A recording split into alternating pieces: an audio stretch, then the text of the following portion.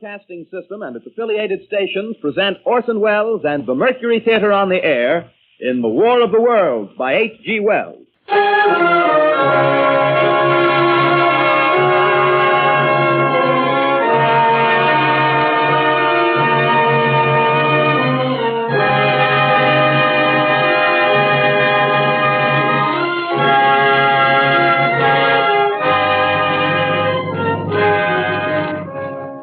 Ladies and gentlemen, the director of the Mercury Theatre and star of these broadcasts, Orson Welles. We know now that in the early years of the 20th century, this world was being watched closely by intelligences greater than man's, and yet as mortal as his own.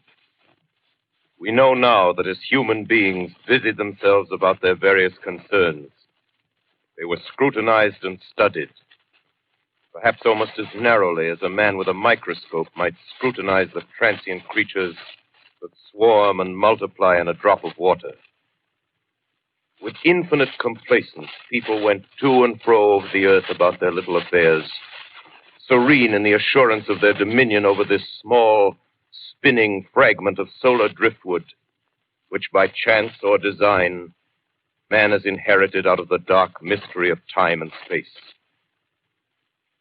Yet across an immense ethereal gulf, minds that are to our minds as ours are to the beasts in the jungle, intellects, vast, cool, and unsympathetic, regarded this earth with envious eyes and slowly and surely drew their plans against us. In the 39th year of the 20th century came the Great Disillusionment. Near the end of October, business was better. The war scare was over.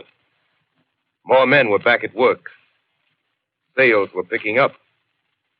On this particular evening, October 30th, the Crosley service estimated that 32 million people were listening in on radios.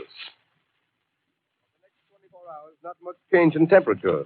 A slight atmospheric disturbance of undetermined origin is reported over Nova Scotia, causing a low-pressure area to move down rather rapidly over the northeastern states, bringing a forecast of rain accompanied by winds of light gale force. Maximum temperature 66, minimum 48. This weather report comes to you from the Government Weather Bureau.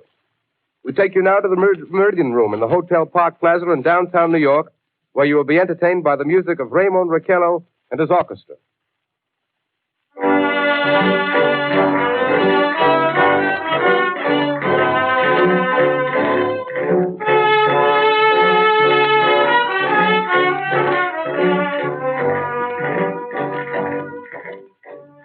Good evening, ladies and gentlemen.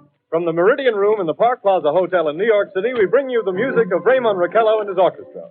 With a touch of the Spanish, Raymond Raquello leads off with La Campesita.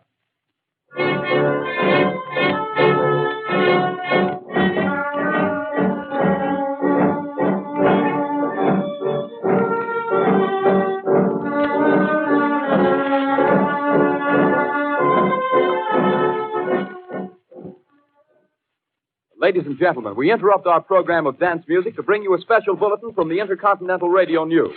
At 20 minutes before 8 Central Time, Professor Farrell of the Mount Jennings Observatory, Chicago, Illinois, reports observing several explosions of incandescent gas occurring at regular intervals on the planet Mars. The spectroscope indicates the gas to be hydrogen and moving toward the Earth with enormous velocity.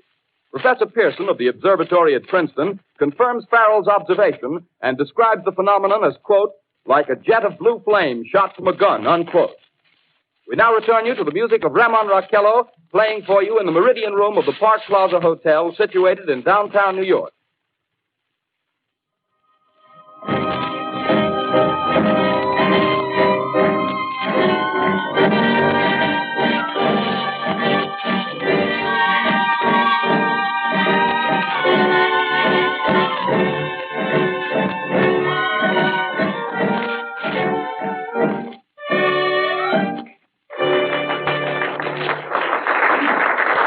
And now a tune that never loses favor, the ever-popular Stardust, Raymond Raquello and his orchestra.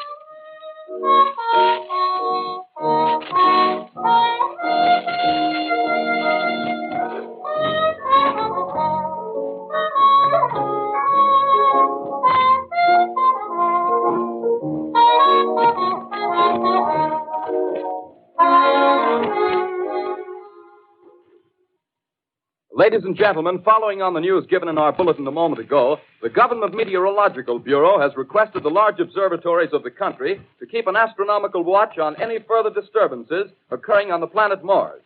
Due to the unusual nature of this occurrence, we have arranged an interview with the noted astronomer, Professor Pearson, who will give us his views on this event. In a few moments, we will take you to the Princeton Observatory at Princeton, New Jersey. We return you until then to the music of Raymond Raquello and his orchestra.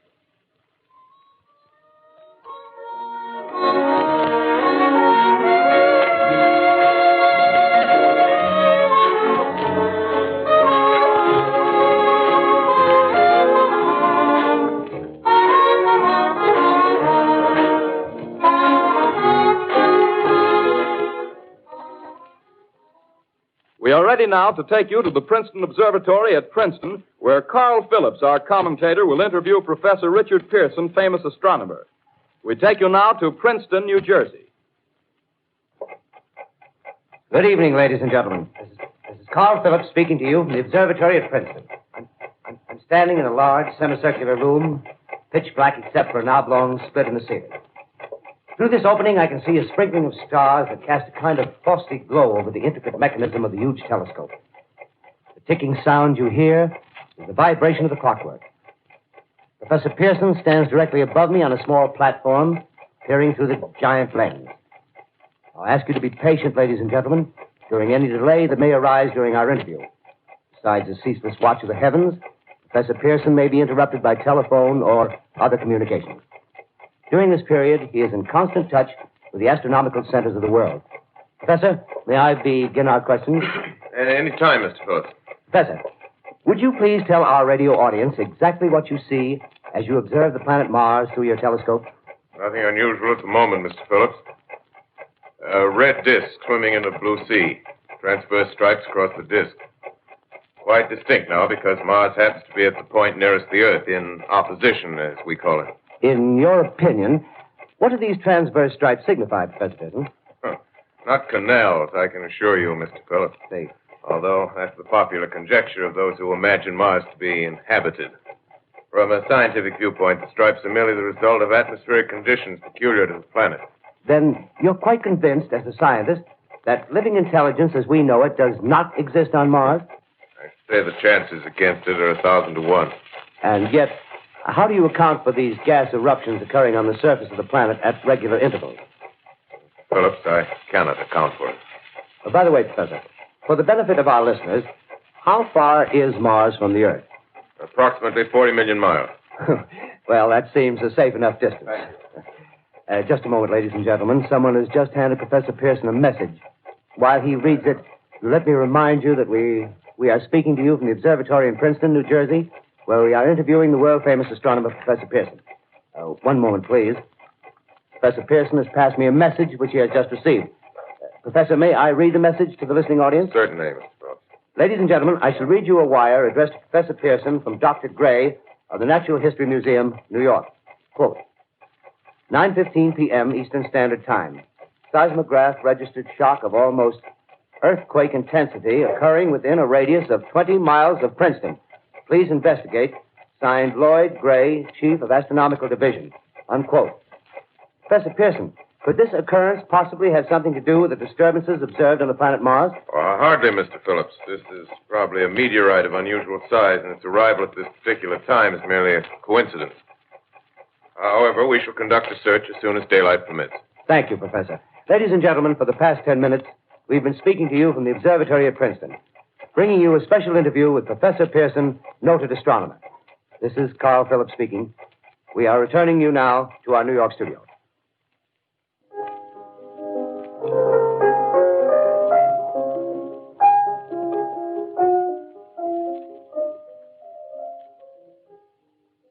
Ladies and gentlemen, here is the latest bulletin from the Intercontinental Radio News.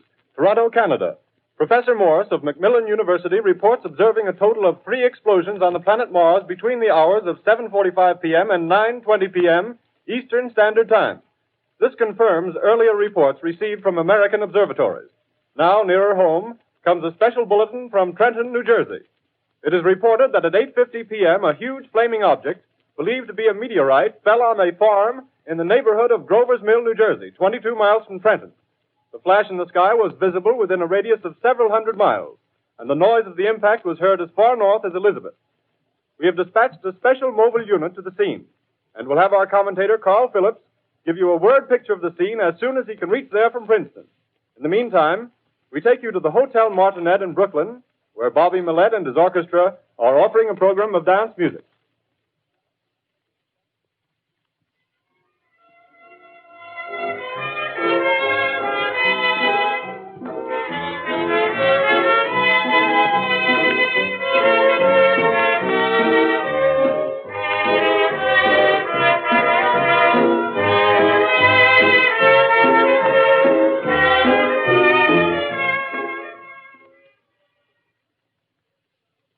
We take you now to Grover's Mill, New Jersey.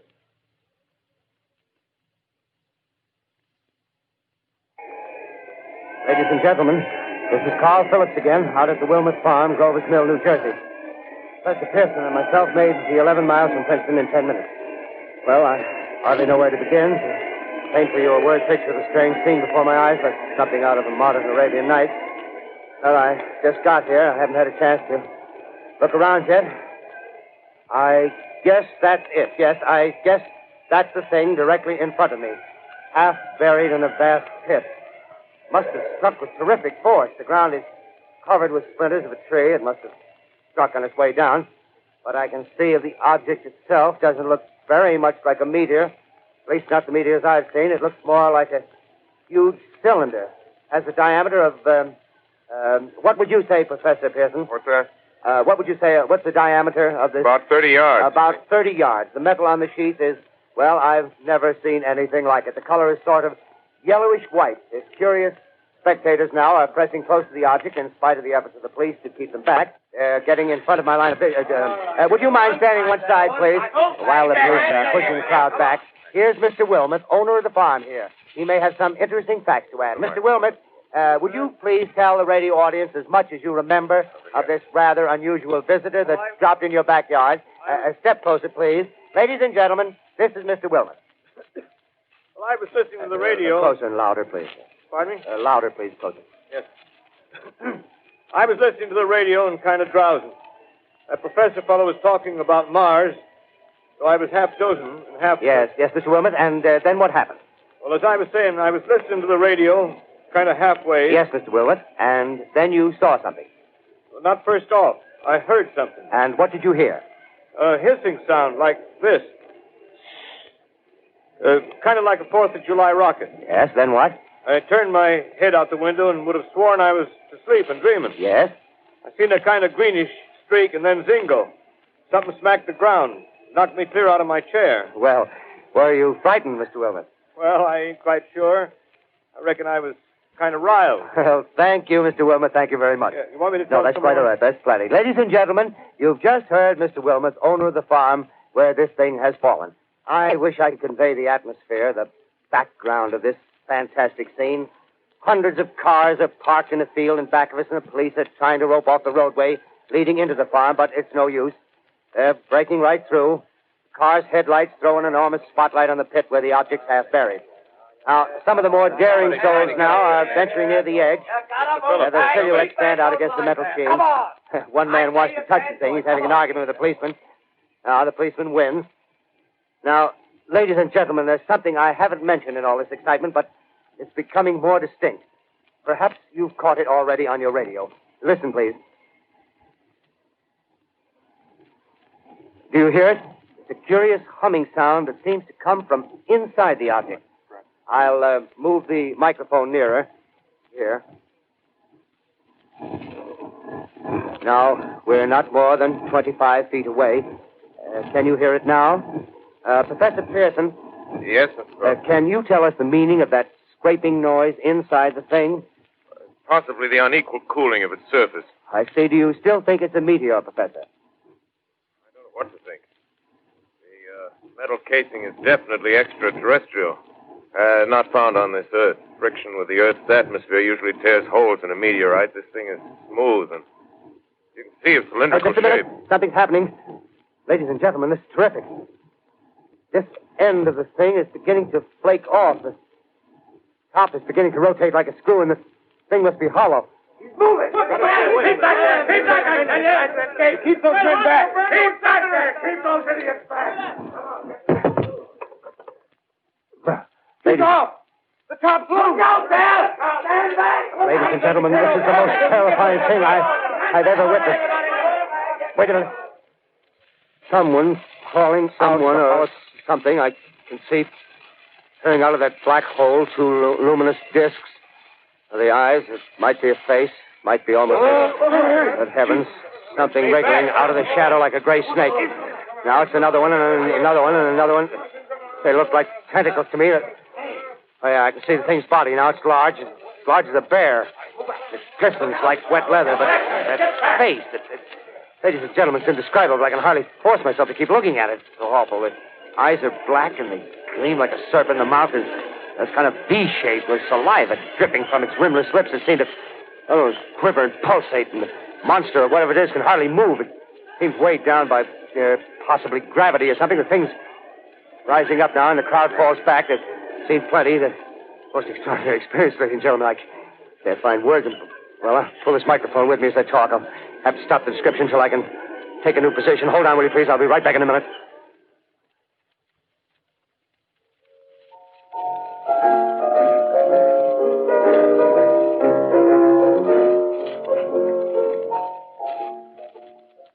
We are bringing you an eyewitness account of what's happening on the Wilmuth Farm, Grover's Mill, New Jersey.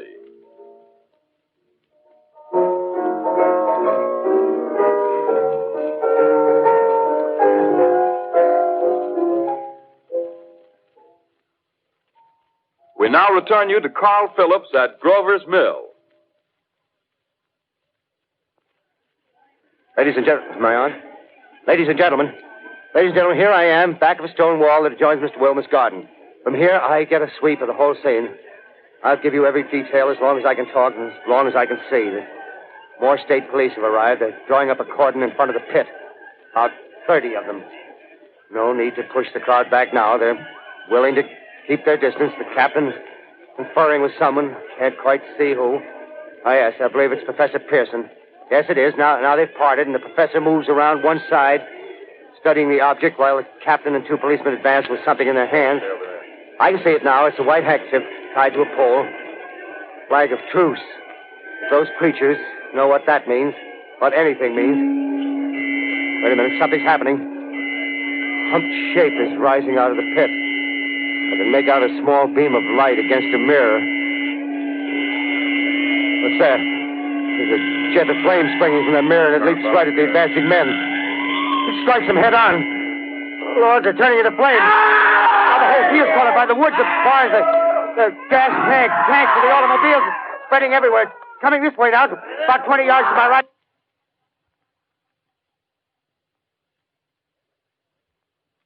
Ladies and gentlemen, due to circumstances beyond our control, we are unable to continue the broadcast from Grover's Mill.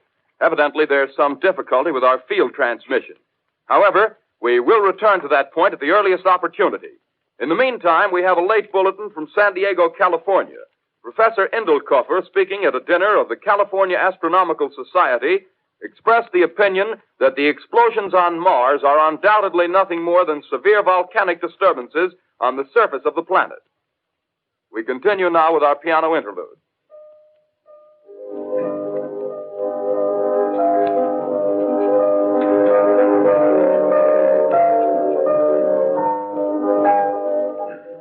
Ladies and gentlemen, I've just been handed a message that came in from Grover's Mill by telephone.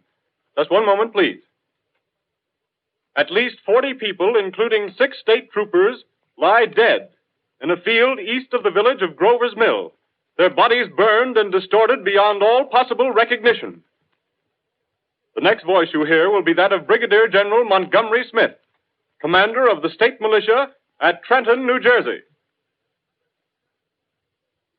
I have been requested by the governor of New Jersey to place the counties of Mercer and Middlesex as far west as Princeton and east to Jamesburg under martial law. No one will be permitted to enter this area except by special pass issued by state or military authorities. 4 companies of state militia are proceeding from Trenton to Grover's Mill and will aid in the evacuation of homes within the range of military operations. Thank you. You have just been listening to General Montgomery Smith, commanding the state militia at Trenton. In the meantime, further details of the catastrophe at Grover's Mill are coming in. The strange creatures, after unleashing their deadly assault, crawled back in their pit and made no attempt to prevent the efforts of the firemen to recover the bodies and extinguish the fire. The combined fire departments of Mercer County are fighting the flames which menace the entire countryside. We have been unable to establish any contact with our mobile unit at Grover's Mill, but we hope to be able to return you there at the earliest possible moment. In the meantime, we take you to... Just one moment, please. Ladies and gentlemen, I have just been informed that we have finally established communication with an eyewitness of the tragedy. Professor Pearson has been located at a farmhouse near Grover's Mill, where he has established an emergency observation post. As a scientist, he will give you his explanation of the calamity. The next voice you hear will be that of Professor Pearson, brought to you by direct wire.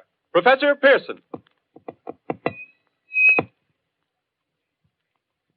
Of the creatures in the rocket cylinder at Grover's Mill, I can give you no authoritative information either as to their nature, their origin, or their purposes here on Earth. Of their destructive instrument, I might venture some conjectural explanation.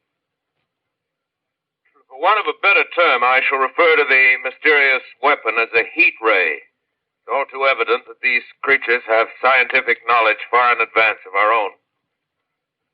It's my guess that in some way they are able to generate an intense heat in a chamber of practically absolute non-conductivity. This intense heat they project in a parallel beam against any object they choose by means of a polished parabolic mirror of unknown composition, much as the mirror of a lighthouse projects a beam of light. That is my conjecture of the origin of the heat ray. Thank you, Professor Pearson. Ladies and gentlemen, here is a bulletin from Trenton. It is a brief statement informing us that the charred body of Carl Phillips has been identified in a Trenton hospital. Now, here's another bulletin from Washington, D.C. The Office of the Director of the National Red Cross reports 10 units of Red Cross emergency workers have been assigned to the headquarters of the state militia, stationed outside of Grover's Mill, New Jersey. Here's a bulletin from State Police, Princeton Junction. The fires at Grover's Mill and vicinity are now under control. Scouts report all quiet in the pit, and there is no sign of life appearing from the mouth of the cylinder. Now, ladies and gentlemen, we have a special statement from Mr. Harry McDonald, Vice President in charge of operations. We have received a request from the state militia of Trenton to place at their disposal our entire broadcasting facilities. In view of the gravity of the situation, and believing that radio has a responsibility to serve in the public interest at all times, we are turning over our facilities to the state militia at Trenton. We take you now to the field headquarters of the state militia near Grover's Mill, New Jersey. This is Captain Lansing of the Signal Corps, attached to the state militia, now engaged in military operations in the vicinity of Grover's Mill. Situation arising from the reported presence of certain individuals of unidentified nature is now under complete control. The cylindrical object, which lies in a pit directly below our position, surrounded on all sides by 8 battalions of infantry, without heavy field pieces, but adequately armed with rifles and machine guns. All cause for alarm, if such cause ever existed, is now entirely unjustified. Things, whatever they are, do not even venture to poke their heads above the pit. I can see their hiding place plainly in the glare of the searchlights here. With all their reported resources, these creatures can scarcely stand up against heavy machine gun fire. Anyway, it's an interesting outing for the troops. I can make out their khaki uniforms crossing back and forth in front of the lights. Looks almost like a real war. There appears to be some slight smoke in the woods bordering the Millstone River, probably fire started by campers. Well, we ought to see some action soon. One of the companies is deploying on the left flank. A quick thrust and it'll all be over. Oh, wait a minute. I see something on top of the cylinder. No, it's nothing but a shadow. Now the troops are on the edge of the Wilmot Farm. 7,000 armed men closing in on an old metal tube. A tub, rather. Well, wait, that wasn't a shadow. It's something moving. solid metal, kind of a shield-like affair rising up out of the cylinder. It's going higher and higher. What? It's standing on legs, actually rearing up on a sort of metal framework. Now it's reaching above the trees and the searchlights are on it. Hold on.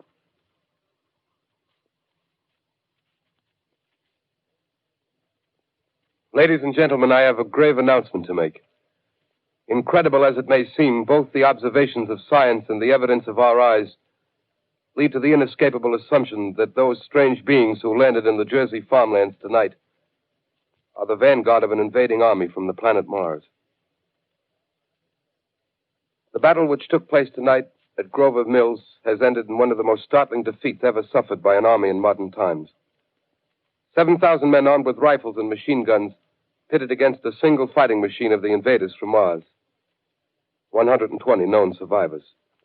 The rest strewn over the battle area from Grover's Mill to Plainsboro, crushed and trampled to death under the metal feet of the monster, or burned to cinders by its heat ray.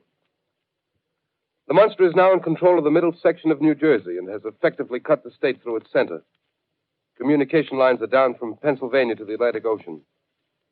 Railroad tracks are torn and service from New York to Philadelphia discontinued, except routing some of the trains through Allerton and Phoenixville.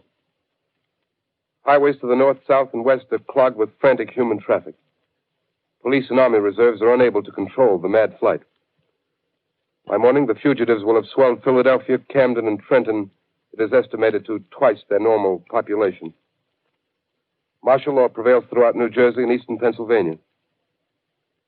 At this time, we take you to Washington for a special broadcast on the national emergency. The Secretary of the Interior. Citizens of the nation, I shall not try to conceal the gravity of the situation that confronts the country, nor the concern of your government in protecting the lives and property of its people. However, I wish to impress upon you, private citizens and public officials, all of you, the urgent need of calm and resourceful action. Fortunately, this formidable enemy is still confined to a comparatively small area, and we may place our faith in the military forces to keep them there. In the meantime, placing our faith in God, we must continue the performance of our duties, each and every one of us, so that we may confront this destructive adversary with a nation united, courageous, and consecrated to the preservation of human supremacy on this earth. I thank you. You have just heard the Secretary of the Interior speaking from Washington. Bulletins too numerous to read are piling up in the studio here. We're informed that the central portion of New Jersey is blacked out from radio communication due to the effect of the heat ray upon power lines and electrical equipment. Here's a special bulletin in New York. Cables have been received from English, French, and German scientific bodies offering assistance. Astronomers report continued gas outbursts at regular intervals on the planet Mars. The majority voiced the opinion that the enemy will be reinforced by additional rocket machines. There have been several attempts made to locate Professor Pearson of Princeton, who has observed Martians at close range. It is feared he was lost in the recent battle. Langham Field, Virginia. Scouting planes report 3 Martian machines visible above treetops, moving north toward Somerville with population fleeing ahead of them. The heat ray is not in use, although advancing at express train speed, invaders pick their way carefully. They seem to be making a conscious effort to avoid destruction of cities and countryside. However, they stop to uproot power lines, bridges, and railroad tracks. Their apparent objective is to crush resistance, paralyze communication, and disorganize human society. Here is a bulletin from Basking Ridge, New Jersey. Coon hunters have stumbled on a second cylinder similar to the first, embedded in the great swamp 20 miles south of Morristown.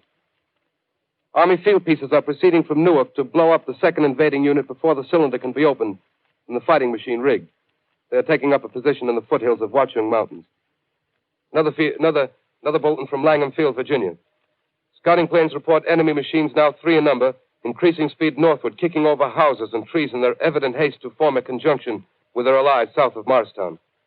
Machines also sighted by telephone operator east of Middlesex, within 10 miles of Plainfield. Here's a bulletin from Winston Field, Long Island. A fleet of Army bombers carrying heavy explosive flying north in pursuit of enemy. Scouting planes act as guides. They keep the speeding enemy in sight. Just a moment, please, ladies and gentlemen. We've run special wires to the artillery line and adjacent villages to give you direct reports in the zone of the advancing enemy. First, we take you to the battery of the 22nd Field Artillery, located in the Watchung Mountains. Range 32 meters. 32 meters. Direction 39 degrees. 39 degrees. Fire. 140 yards to the right, sir. Shift range 31 meters. 31 meters. Direction 37 degrees. 37 degrees. Fire.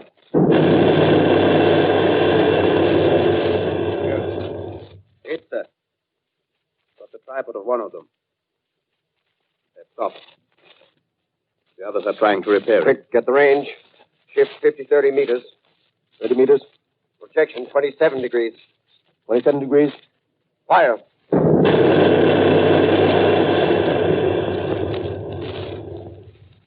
Can't see the shell land, sir. Letting off a smoke. What is it? Black smoke, sir.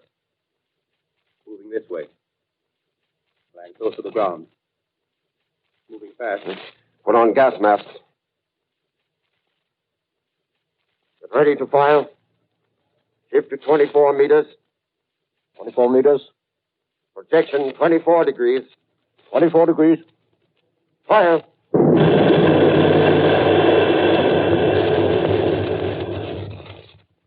Can't see, sir.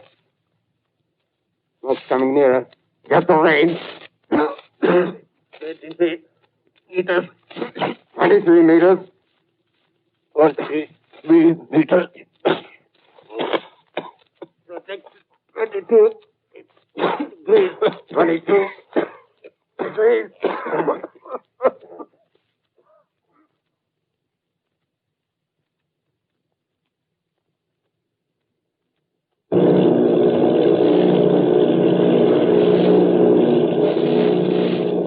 Army bombing plane B-843 off Bayonne, New Jersey. Lieutenant Bolt, commanding 8 bombers, reporting to Commander Fairfax, Langham Field.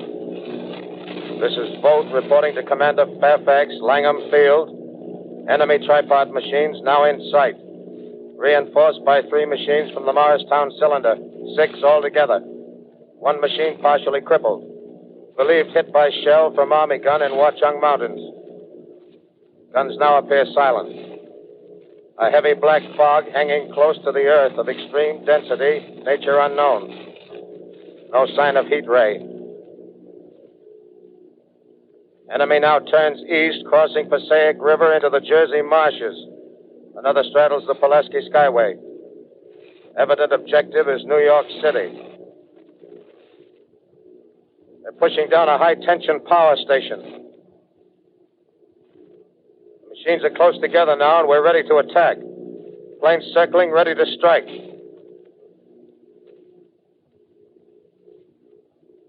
A 1,000 yards, and we'll be over the first.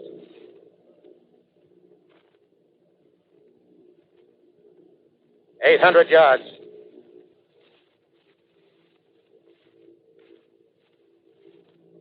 $600.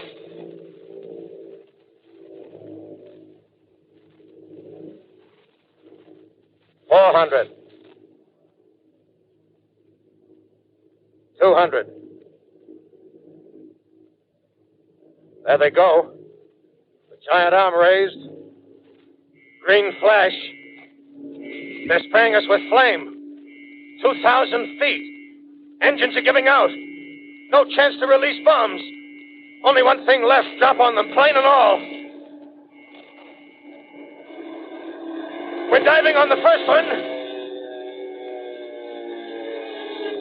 Now the engine's gone. 8.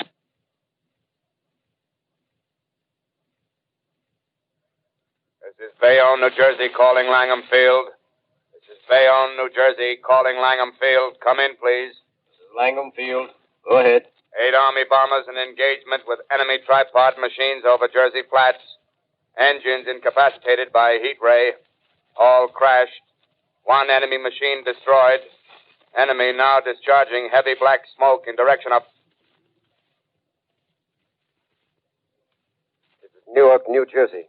This is Newark, New Jersey. Warning. Poisonous black smoke pouring in from Jersey marshes. Reaches South Street. Gas masks useless. Urge population to move into open spaces. Automobiles use routes 7, 23, 24. Avoid congested areas. Smoke now spreading over Raymond Boulevard.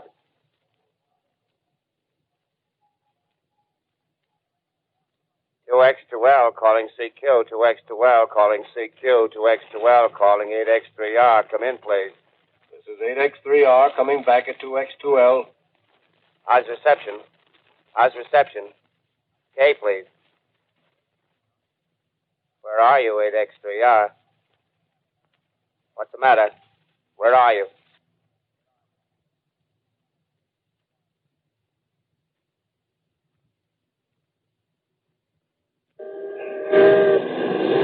I'm speaking from the roof of Broadcasting Building. I'm speaking from the roof of Broadcasting Building, New York City. The bells you hear are ringing to warn the people to evacuate the city as Martians approach. Estimated in the last 2 hours, 3 million people have moved out along the roads to the north. Hutchison River Parkway is still kept open for motor traffic. Avoid bridges to Long Island, hopelessly jammed. All communication with Jersey Shore closed 10 minutes ago. No more defenses. Our army is wiped out. Artillery, Air Force, everything wiped out. This may be the last broadcast. We'll stay here to the end. People are holding service here below us in the cathedral. Now I look down the harbor, all manner of boats, overloaded with fleeing population pulling out from docks. Streets are all jammed. Noise and crowds like New Year's Eve in city. Wait a minute. The enemy is now in sight above the Palisades. Five great machines. First one is crossing the river. I can see it from here, wading the Hudson like a man wading through a brook. A bulletin is handed me. Martian cylinders are falling all over the country. One outside of Buffalo, one in Chicago, St. Louis. Seem to be timed and spaced. Now the first machine reaches the shore. He stands watching, looking over the city. The steel cowlish head is even with the skyscrapers. He waits for the others. They rise like a line of new towers on the city's west side. Now they're lifting their metal hands. This is the end now. Smoke comes out, black smoke drifting over the city. People in the streets see it now. They're running toward the East River, thousands of them, dropping in like rats. Now the smoke's spreading faster. It's reached Times Square. People are trying to run away from it, but it's no use. They're falling like flies. Now the smoke's crossing 6th Avenue. 5th Avenue. 100 yards away. It's 50 feet.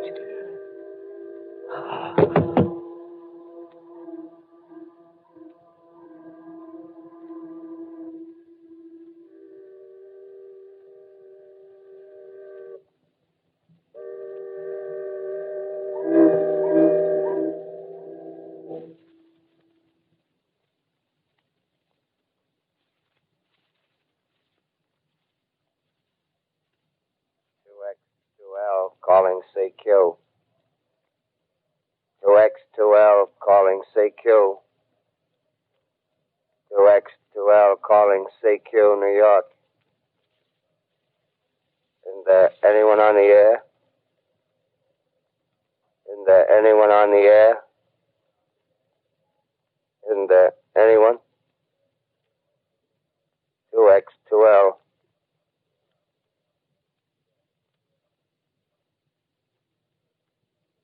You are listening to a CBS presentation of Orson Welles and the Mercury Theatre on the air in an original dramatization of The War of the Worlds by H.G. Wells.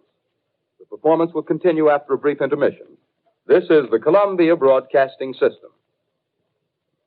The War of the Worlds by H.G. Wells, starring Orson Welles and the Mercury Theatre on the air.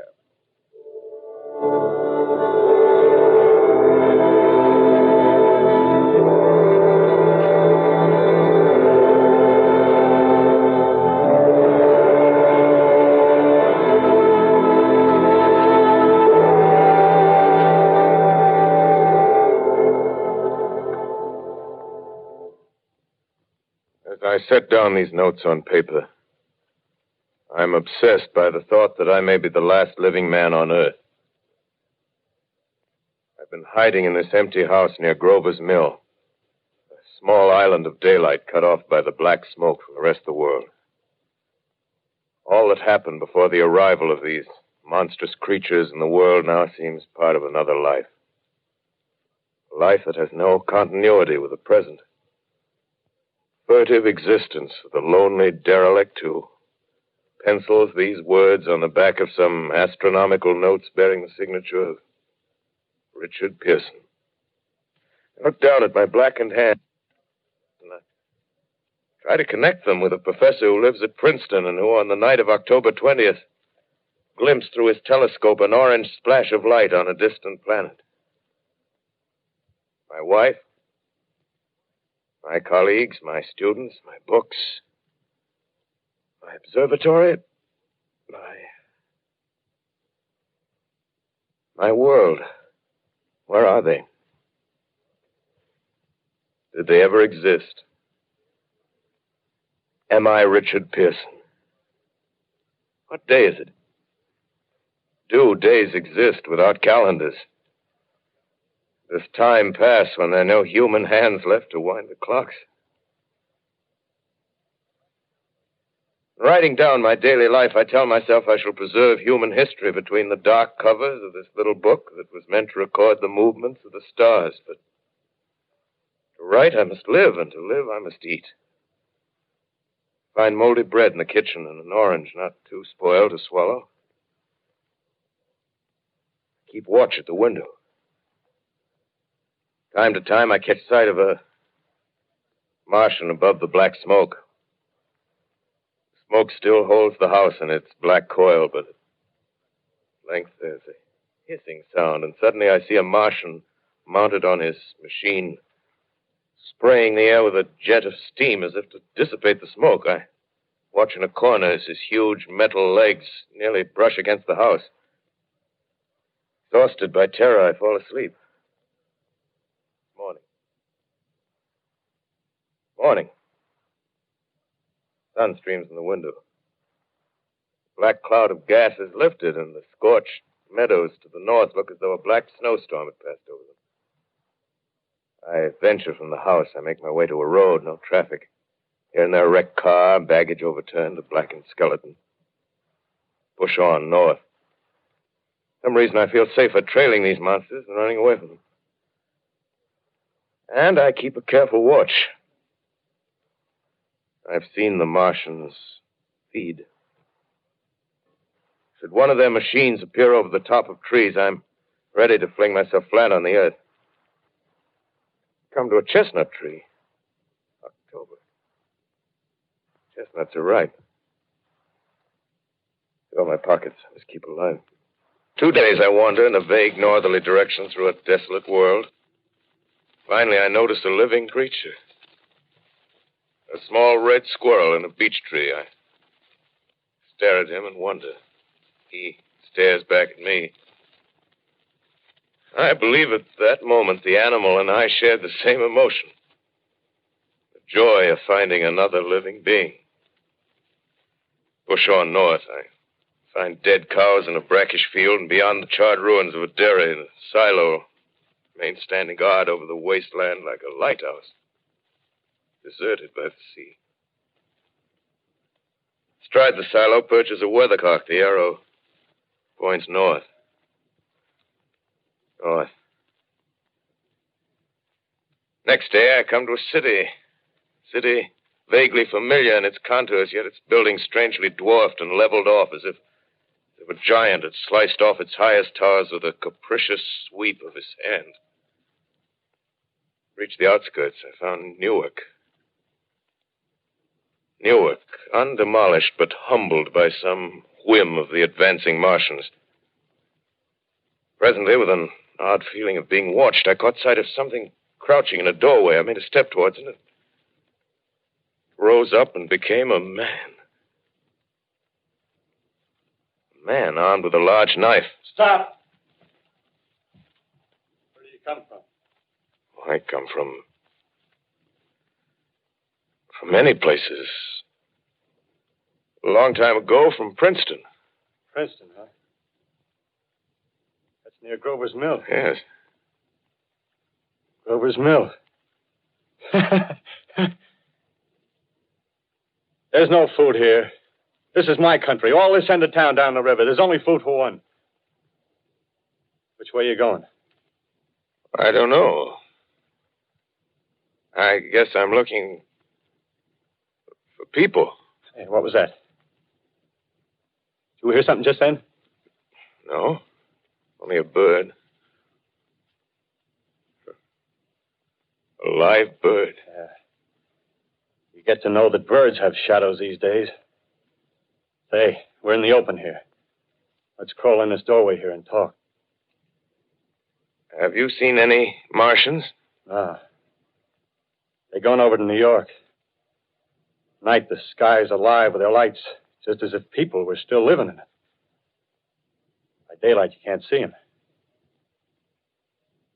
5 days ago, a couple of them carried something big across the flats from the airport. I think they're learning how to fly. Fly? Yeah, fly. Then it's all over with humanity. Stranger, there's still you and I. 2 of us left. Yeah. They got themselves in solid.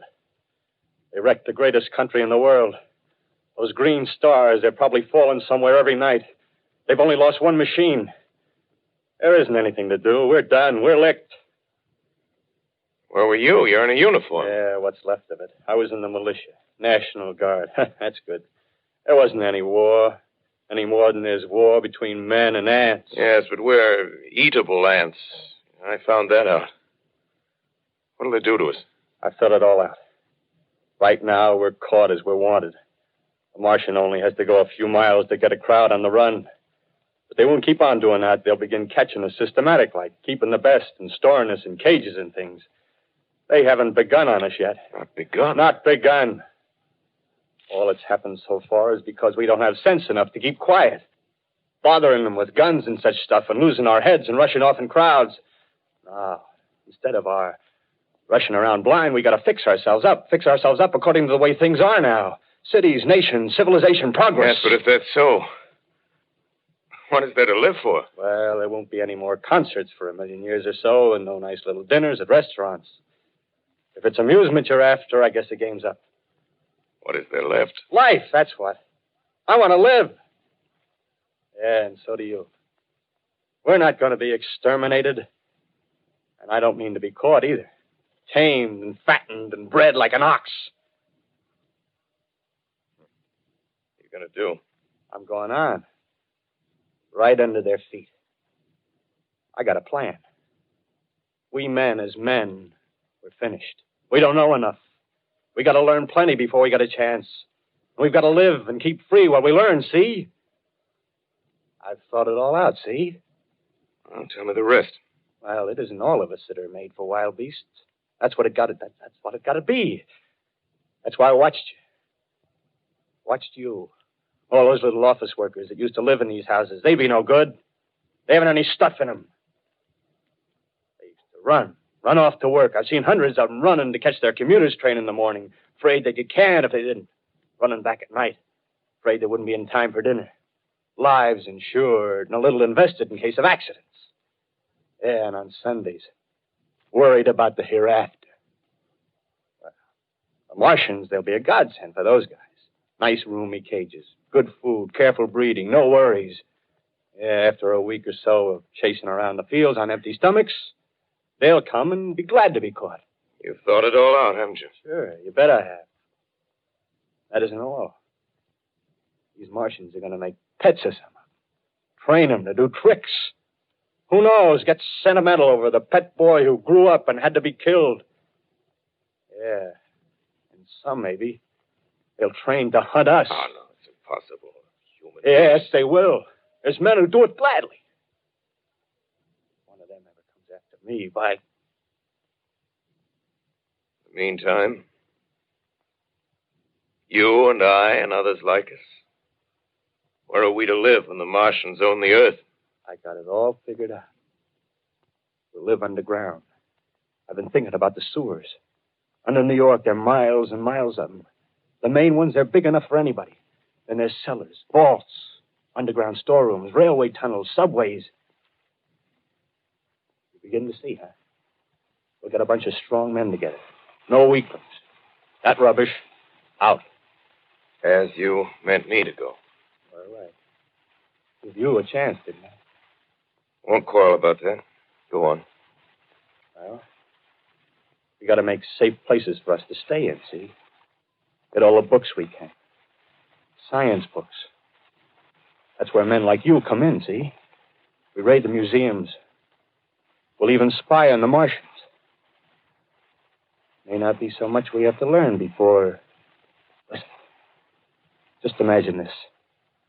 4 or 5 of their own fighting machines suddenly start off. Heat rays right and left. Not a Martian in them.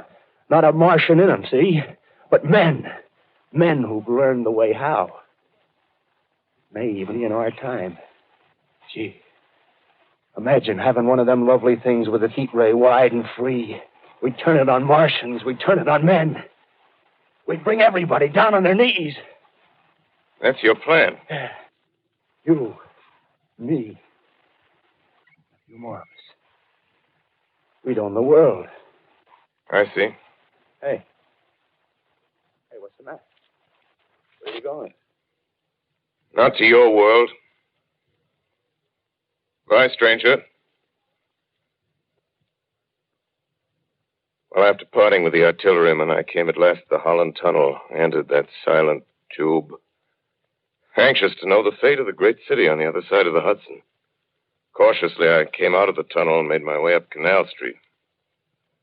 Reached 14th Street, and there again were black powder and several bodies and an evil, ominous smell from the gratings of the cellars of some of the houses. I wandered up through the 30s and 40s, stood alone on Times Square, caught sight of a lean dog running down 7th Avenue with a piece of dark brown meat in his jaws and a pack of starving mongrels at his heels. Made a wide circle around me as though he feared I might prove a fresh competitor. Walked up Broadway in the direction of that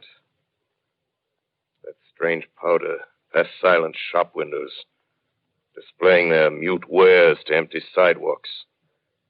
Past the Capitol Theater, silent, dark. Past a shooting gallery where a row of empty guns faced an arrested line of wooden ducks. Near Columbus Circle, I noticed models of 1939 motor cars in the showrooms facing empty streets. Over the top of the General Motors building, I watched a flock of black birds circling in the sky. Hurried on. Suddenly, I caught sight of the hood of a Martian machine, standing somewhere in Central Park, gleaming in the late afternoon sun. An insane idea. I rushed recklessly across Columbus Circle and into the park. I climbed a small hill above the pond at 60th Street, and from there I could see, standing in a silent row along the mall, 19 of those great metal titans, their cowls empty, their steel arms hanging listlessly by their sides. I looked in vain for the monsters that inhabit those machines. Suddenly, my eyes were attracted to the immense flock of black birds that hovered directly below me. They circled to the ground. And there before my eyes, stark and silent, lay the Martians with the hungry birds pecking and tearing brown shreds of flesh from their dead bodies. Later, when their bodies were examined in laboratories, it was found that they were killed by the putrefactive and disease bacteria against which their systems were unprepared. Slain, after all, man's defenses had failed by the humblest thing that God, His wisdom, has put upon this earth. Before the cylinder fell, there was a general persuasion that through all the deep of space, no life existed beyond the petty surface of our minute sphere. Now we see further. Dim and wonderful is the vision I've conjured up in my mind of life spreading slowly from this little seedbed of the solar system throughout the inanimate vastnesses of sidereal space. But a remote dream, maybe that the destruction of the Martians is only a reprieve to them and not to us. The future ordained, perhaps. Strange it now seems to sit in my peaceful study at Princeton, writing down this last chapter of the record, begun at a deserted farm in Grover's Mill. Strange to watch children playing in the streets. Strange to see young people strolling on the green where the new spring grass heals the last black scars of a bruised earth. Strange to watch the sightseers enter the museum where the dissembled parts of a Martian machine are kept on public view. Strange when I recall the time when I first saw it. Bright and clean-cut, hard and silent under the dawn of that last great day.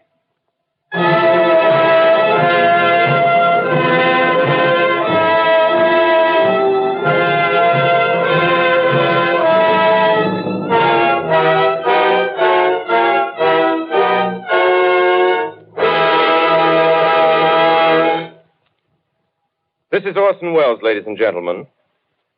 Out of character, to assure you that the War of the Worlds has no further significance than as the holiday offering it was intended to be. The Mercury Theatre's own radio version of dressing up in a sheet and jumping out of a bush and saying boo. Starting now, we couldn't soap all your windows and steal all your garden gates by tomorrow night, so we did the best next thing. We annihilated the world before your very ears and utterly destroyed the CBS.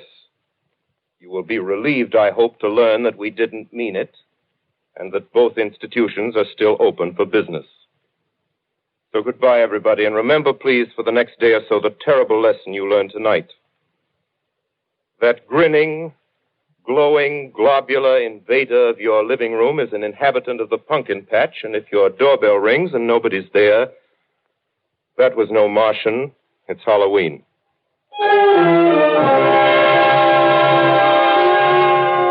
Tonight, the Columbia Broadcasting System and its affiliated stations coast to coast has brought you The War of the World by H.G. Wells, the 17th in its weekly series of dramatic broadcasts featuring Orson Welles and the Mercury Theatre on the air. Next week, we present a dramatization of 3 famous short stories. This is the Columbia Broadcasting System.